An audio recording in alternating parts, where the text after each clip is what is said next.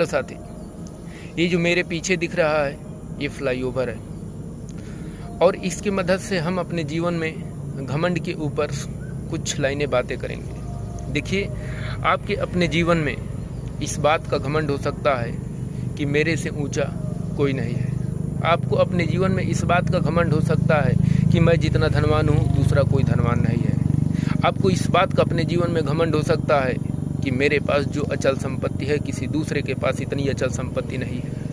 आपको इस बात का घमंड हो सकता है कि मेरे पास जो 4 व्हीलर है किसी दूसरे के पास नहीं है।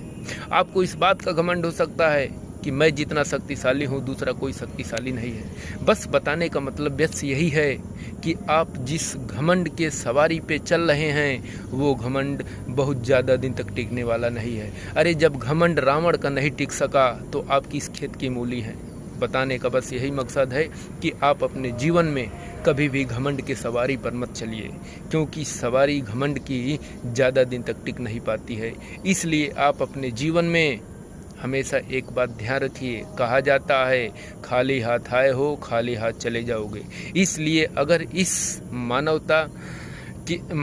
प्रणाली में अगर आपका जन्म हुआ है तो मानवता कमाइए।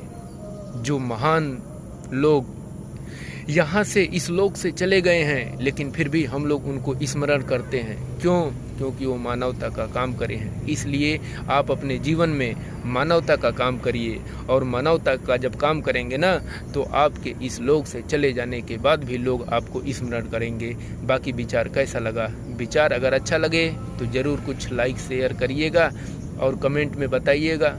बाकी अगर आपको लगता है कि लाइक करना चाहिए तो लाइक कर दीजिए, नहीं लगे तो भाई क्या ही कर सकता हूँ, मैं आपसे रिक्वेस्ट ही कर सकता हूँ। बाकी आपके ऊपर है। बस विचार कैसा लगा? धन्यवाद।